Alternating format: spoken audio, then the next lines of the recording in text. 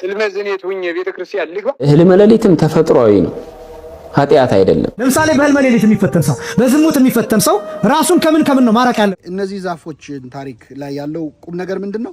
ብዙ ጊዜ የሆነ ነገር አለቀ ብለን ስናስብ እግዚአብሔር ስራ ይጀምራል። የሶስቱም ዛፎች ህልም የተቋጨው ቅድም ነው። ነገር ግን ህልማቸው አበቃለት ሲባል ስራ ተጀመረ። ትናንትን ዛሬ ላይ ሆኜ አለፍኩኝ ባንተ ታምኜ የቺም ቀን ስታልፋ ያለው ባታልፍም እንዲህ እላለሁ ተመስገን። ሰላም ውድ ቻናላችን ቤተሰቦች እንዴት ናችሁ? ዛሬም እንደተለመደው አስተማሪና ቁም ነገር አዘል የሆኑ ቪዲዮዎችን ወደ እናንተ ይዘን መጥተናል። ለቻናሉ አዲስ ከሆናችሁ አሁኑኑ ሰብስክራይብ ማድረግ እንዳትረሱ፣ እንዲሁም ቪዲዮውን ላይክ በማድረግ ጀምሩት። ወደ ቪዲዮአችን እንለፍ። አማትባችሁ ውጡ፣ አማትባችሁ ተኙ። ክፉ ነገር ሲሰማችሁ መስቀላችሁን ከግንባራችሁ ላይ አድርጋችሁ አቤቱ በመንግስት አስበኝ፣ አቤቱ በመንግስት አስበኝ፣ አቤቱ በመንግስት አስበኝ። አማትባችሁ ብሉ። ቤታችሁን ማለዳ ስከፍቱ 3 ጊዜ አማትባችሁ ክፈቱት። ስትገቡም እንደዚህ አድርጋችሁ ግቡ። የትም መኪናው ስትገቡ አማትባችሁ ግቡ። ስትወጡም አማትባችሁ ውጡ። የትም ቢሆን የመስቀሉ ምልክት ከእጃችሁ ሊለያችሁ አይገባም።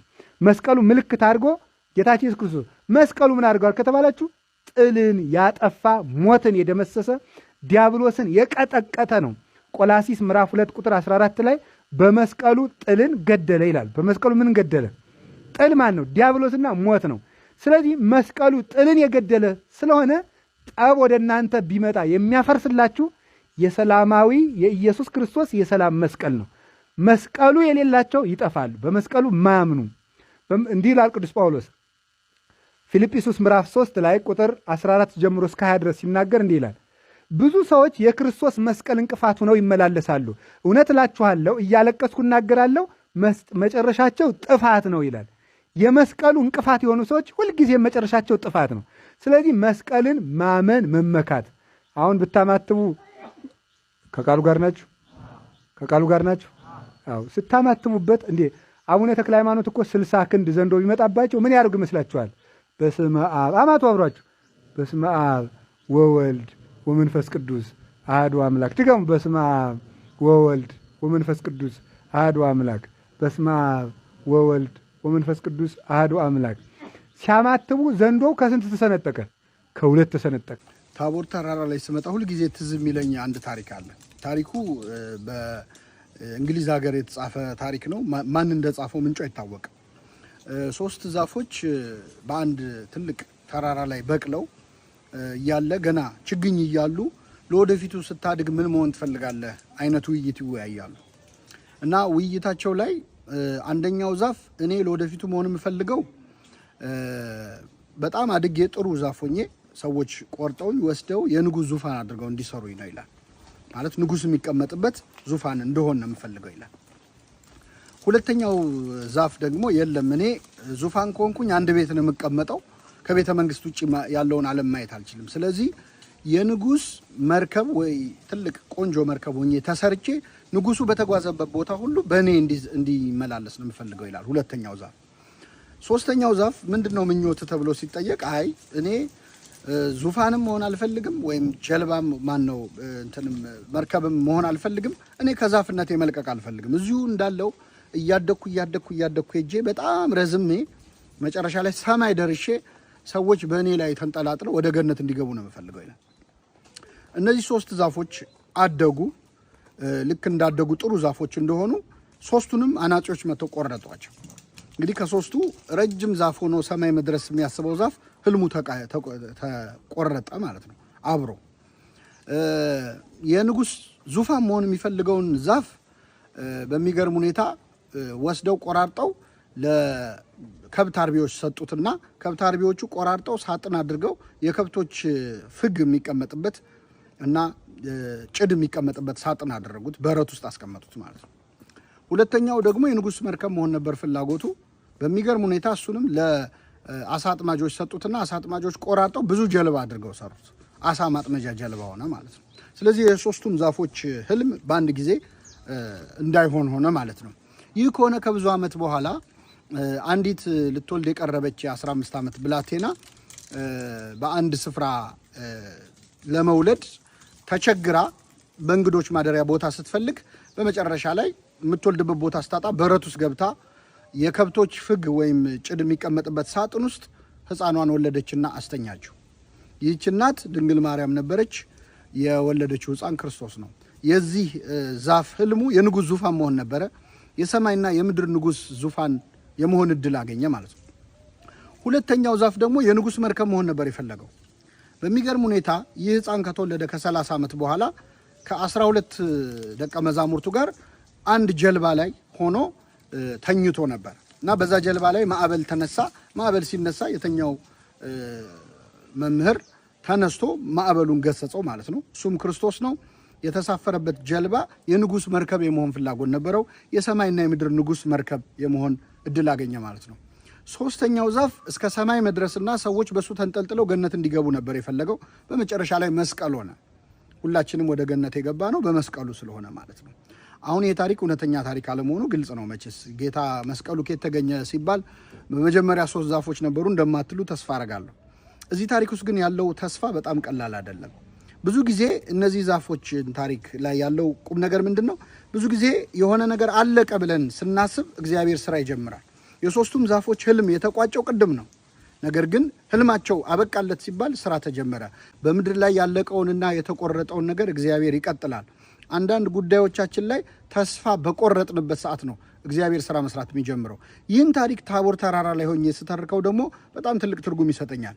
ለምን ካላችሁ ሙሴ እግዚአብሔርን ለማየት በጣም ለምኖ ነበር። ፊትህን አሳየኝ ብሎ ነበር። ሙሴ እግዚአብሔርን ፊቱን ሳያየው ሞተ። በሞተ በ1000 ዓመቱ ታቦር ተራራ ላይ እግዚአብሔር ከሞት አስነስቶ እኔን ያየ አብን አየ እንደሚል ወልደ እግዚአብሔር ኢየሱስ ክርስቶስን አሳየው። ስለዚህ የሙሴ ህልም ከሞተ በኋላ እንኳን ሆነ። ሙሴ ሲሞት ነበር ህልሙ ያበቃ የሚመስለው፣ ነገር ግን እግዚአብሔር አሳካለት። ሁለተኛው እዚህ ታቦር ተራራ ላይ የሌላ ሰው ህልም ተሳክቶ ታገኛላችሁ። ይኸውም የጴጥሮስ ህልም ነው። ጴጥሮስ ለጌታ ላንተ ለሙሴ ለኤልያስ 3 ዳስ እንስራ ብሎ ጠይቆ ነበረ። እግዚአብሔር አብ የምወደው ልጄ ነው እርሱን ስሙት ብሎ ገሰጸው። የጴጥሮስ ህልም አልተሳካም ነበር። በአሁኑ ሰዓት ግን በዚህ ታቦር ተራራ ላይ 3 ቤተ መቅደሶች እናገኛለን። የመሐለኛው የክርስቶስ ሲሆን በግራና በቀኝ ያለው የሙሴና የኤልያስ ቤተ መቅደስ ነው። አንዳንድ ህልሞች በጊዜው አልተሳኩም ማለት እስከ መጨረሻው አይሳኩም ማለት አይደለም። ነገርን ሁሉ በጊዜው ውብ አድርጎ የሰራ አምላክ በጊዜው እንዲሆኑ ያደርጋቸው። ህልመ ሌሊትም ተፈጥሯዊ ነው፣ ኃጢአት አይደለም። ደመጽጌ በእህቶቻችን ሲመጣ በየትኛውም ጊዜ ኃጢአት አይደለም። ህልመ ሌሊት በወንዶች ሲመጣ ግን ኃጢአት የሚሆንበት ጊዜ እንዳለ መጽሐፉ ጠቁሟል። ህልመ ሌሊት መምጣቱ ብቻ ያ ነገር መከሰቱ ብቻ በራሱ ግን ኃጢአት አይደለም እንዳልሆነ መጽሐፉን በደንብ ያስረዳል ማለት ነው። ተፈጥሯዊ ነው። ዲድስቅልያ የተባለ የሥርዓት መጽሐፋችንም ሐዋርያት በዲድስቅልያ ላይ ያስቀመጡልንን ሥርዓት በዚህ መጽሐፍ ተቀምጧል። ምን ይላል? በወር አበባ ጊዜ ከሴቶች በህልመ ሌሊት ጊዜ ከወንዶች የሚወጣ ፈሳሽ ኃጢአት አይደለም ይላል። ስለዚህ ኃጢአት አይደለም ማለት ነው። ህልመ ሌሊት ኃጢአት የሚሆነው መቼ ነው ግን ካልን ያው ህልመ ሌሊት ማለት በህልም ዝሙት ማድረግ ነው። በህልም ከሴት ጋር ግንኙነት ሲያደርግ መመልከት ማለት ነው። ይሄንን የቀን ውሎ የሚያመጣበት ከሆነ የልቡ መሻት ከሆነ በደጋግሞ በሰው በልቡ የሚሻውን ነገር በህልሙ ያየዋል ይባላልና የልቡ መሻት ከሆነ ህልመ ሌሊት ከመታው በኋላ ሰው ሊጸጸት እንኳን ያስፈልጋል። ህልመ ሌሊት መታኝ ብሎ ሊያዝን ንስሐ አባቱ ጋር ኃጢአት እንኳን ባይሆን ሄዶ ሊመካከርበት ያስፈልጋል። ተነስቶ በጎ ስራዎችን አድርጎ ዳግም በዚህ ነገር ላለመውደቅ ጥረት ሊያደርግበት ይገባል። አንዳንድ ጊዜ ግን ሰው ህልመ ሌሊት ሲመታው ነገም በሆነ ብሎ የሚያስብ ከሆነ በተኛ ቁጥር እንዲህ ያሉ ነገሮች እንዲመጡ የውስጡ መሻት ከሆነ ኃጢአት ይሆናል። ወደ ሴት አይቶ የተመለከታት በልቡ ያሰባት ከእርሷ ጋር አመነዘረባት እንደሚል ቀን ያለ ትኩረታችን ቀን ያለ ከቶቻችን ጋር የሚኖረን መስተጋብራችን ለሌሊት ህልማችን መንስኤ የሚሆንብን ከሆነ ኃጢአት። ከዛ ውጪ ግን ህልመ ሌሊት በራሱ ኃጢአት የሚሆን አይደለም። ለምሳሌ በህልመ ሌሊት የሚፈተን ሰው፣ በዝሙት የሚፈተን ሰው ራሱን ከምን ነው ማራቅ ያለበት? የዝሙት ፊልሞችን የሚመለከት ሰው፣ የሚያነብ ሰው፣ ጽሁፎችንም ጭምር። ይሄ ብቻ ሳይሆን እንዲህ አይነት ሀሳቦች እንዲመጡበት እያወቀ ወደ እነዛ ቦታ የሚሄድ ሰው፣ ሲኒማ ቤት የሚሄድ ሰው ሊሆን ይችላል፣ የፍቅር ፊልሞችን ሊሆን ይችላል። ወጣቱ እነዚህ ሰው የሚመለከት ሰው አይምሮ ይበከላል፣ የታወቀ ነው። ወደ ኃጢአት ይጥሉታል ይመሩታል። ስለዚህ ምንድን ነው እኔን ኃጢአት ውስጥ የሚከተኝ የሚለውን ማወቅ አለበት፣ መረዳት አለበት፣ ራሱን ማወቅ። ከዚያ ኃጢአት አካባቢ እንዴት መውጣት አለብን፣ እንዴት አድርገን ያንን መንቀል አለብን የሚለውን ማሰብ ይፈልጋል። የሚያያቸውን ቪዲዮዎች ሊሆን ይችላል፣ የሚውልባቸው ቦታዎች ሊሆን ይችላል፣ የሚያነባቸው መጽሐፍት ሊሆን ይችላል፣ የሚያስባቸው ሀሳቦች ሊሆን ይችላል፣ አብሯቸው የሚውላቸው ጓደኞች ሊሆን ይችላል፣ የሚሰራው ስራ ሊሆን ይችላል። እነዚህ በተመለከተ ራሱን ከነዚህ ነገሮች መቆጠብ አለበት ማለት ነው። ህልመ ሌሊት የመታው ሰው ወደ ቤተ ክርስቲያን የሚገባው በስንት ቀን ነው የሚል ጥያቄ ተጠይቄያለሁ። ባጭሩ መልሰዋለሁ። እኔ አይደለሁም መጽሐፍ ቅዱስ ነው ይህንን የሚያዘው ማለት ነው። ዘሌዋውያን ምዕራፍ 15 ከቁጥር 15 ጀምሮ ያለው ቃል ነው ማለት ነው። ስለዚህ ህልመ ሌሊት የመታው ሰው 24 ሰዓት ብቻ ነው የሚከለከለው። 24 ሰዓት ጸበል ቦታ መግባት አይችልም፣ ቤተ ክርስቲያን መግባት አይችልም፣ መቁረብም አይችልም ማለት ነው። ከ24 ሰዓት በኋላ ግን ታጥቦ ሰውነቱን ንጹህ አድርጎ ወደ ቤተ ክርስቲያንም ወደ ጸበል ቦታ መሄድ ይችላል ማለት ነው። መስቀል መሳለምስ ይችላል? አዎ ይችላል። ህልመ ዝኔት ሁኜ ቤተ ክርስቲያን ልግባ አይቻልም። በቃ ታጥበህ ግባ ምናምን የሚባል የለም። 4 ነጥብ። እንደዚህ የሚባል መጽሐፍ የለም።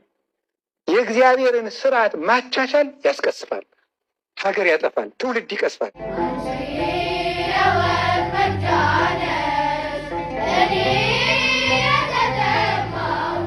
ከዛሬው ቪዲዮ ብዙ እንደተማራችሁ ተስፋ እናደርጋለን። እንዲሁም በቀጣይ እንዲነሳ የምትፈልጉት ርዕሰ ጉዳይ ወይም ጥያቄዎች ካሏችሁ በኮሜንት ሴክሽን ላይ አሳውቁን። በቀጣይ እስክንገናኝ ድረስ መልካም ጊዜ፣ ቸር ቆዩልን።